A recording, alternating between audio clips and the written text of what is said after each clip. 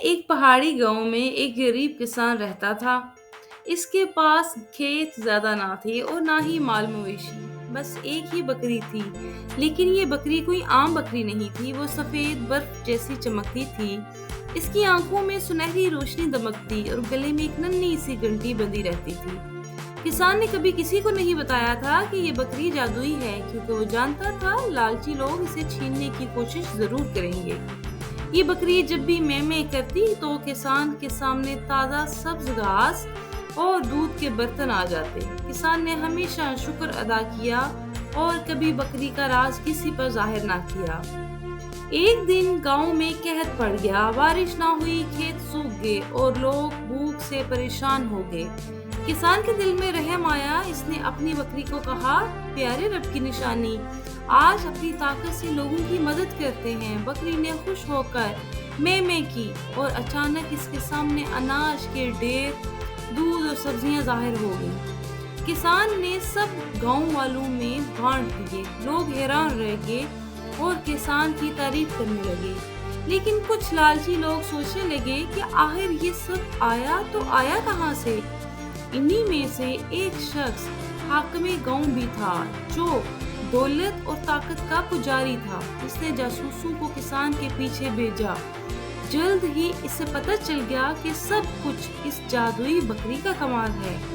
حاکم نے فوراً سپاہی بھیجے اور بکری چھین کر اپنے محل لے آنے کا حکم جاری کر دیا۔ حاکم کے پاس جیسے ہی بکری پہنچی، حاکم نے خوشی سے کہا، اب یہ بکری میری ہے، روز سونا اور کھانے کی چیزیں نکلواؤں گا۔ لیکن جیسے ہی بکری کو قید کیا گیا، وہ اداس ہو گئی۔ اس نے میں کی تو کچھ بھی نہ آیا۔ حاکم غصے میں بولا، جھوٹی بکری، اسے جیل میں بند کر دو۔ دوسری طرف کسان بکری کی جدائی میں پریشان تھا۔ اس نے گاؤں کے ایک بزرگ درویش کے پاس جا کر فریاد کی۔ درویش نے آنکھیں بند کی اور کہا، یہ بکری ایک امانت ہے، اسے صرف وہی خوش رکھ سکتا ہے جو دوسروں کے ساتھ بانٹنے والا ہو۔ اگر لالچی ہاتھ لگے تو اس کا جادو ختم ہو جاتا ہے۔ کسان نے ہمت باندھی اور بکری کو آزاد کرانے کے لیے نکل کھڑا ہوا۔ وہ جنگل کی طرف گیا، کیونکہ درویش نے بتایا تھا بکری کو چھڑانے کا راستہ بولنے والے جنگل سے ہو کر گزرتا ہے۔ بولتا جنگل بڑی ہی عجیب جگہ تھی۔ وہاں درخت اپنی شاخوں کو ہلا ہلا کر باتیں کرتے، پرندے پہیلیاں بجھاتے اور ندی اپنی لہروں سے کہانیاں سناتی۔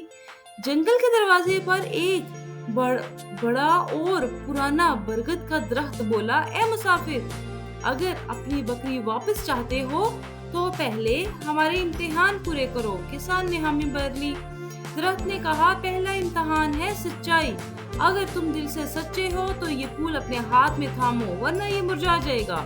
کسان نے پھول تھاما اور وہ اور بھی کھل اٹھا۔ درخت مسکرایا، واہ، تم سچے ہو، آگے بڑھو۔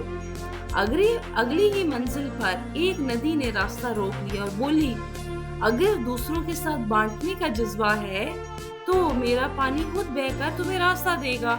کسان نے اپنی بوتل میں پانی بھرا اور کہا، یہ پانی میں پیاسے گاؤں والوں میں بانٹوں گا۔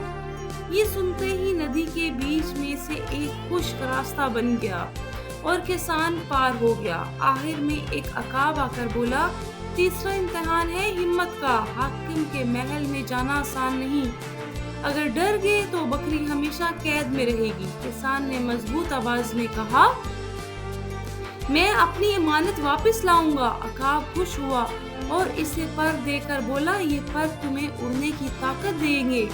کسان نے وہ پر باندھے اور محل کی طرف اڑ گیا۔ رات کے وقت وہ چھت پر اترا اور جیل کی طرف گیا۔ جیسے ہی بکری نے اپنے مالک کو دیکھا، وہ خوشی سے اچھل پڑی۔ اس کی گھنٹی بجی اور فوراً جادو واپس آ گیا۔ قید کے دروازے خود بخود کھل گئے۔ کسان اور بکری چپکے سے نکل آئے، مگر شور سن کر حاکم جاگ گیا اور پیچھا کرنے لگا۔ جیسے ہی وہ جنگل کے قریب پہنچے، بولتے درختوں نے اپنی شاخیں پھیلائیں اور حاکم کو روک لیا۔ پرندے چیخے اور ندی نے پانی کا سیلاب بہا کر اسے بہا دیا۔ حاکم چیختا رہ گیا اور کسان اپنی بکری کے ساتھ گاؤں واپس آ گیا۔ اب گاؤں والے جان گئے تھے کہ بکری جادوئی ہے، مگر کسان نے کہا، یہ بکری میری نہیں، یہ ہم سب کی ہے۔ جو بانٹے گا اس کے لیے جادو ہمیشہ قائم رہے گا۔ یوں بکری کے ذریعے پورا گاؤں خوشحال ہو گیا، لوگ بھوکے نہ رہے اور سب نے سیکھا لالچ جادو سب کچھ ختم کر دیتا ہے اور بانٹنے سے برکت بڑھتی ہے۔ تو پیارے بچوں، آپ نے اس کہانی سے کیا سیکھا؟ کمنٹ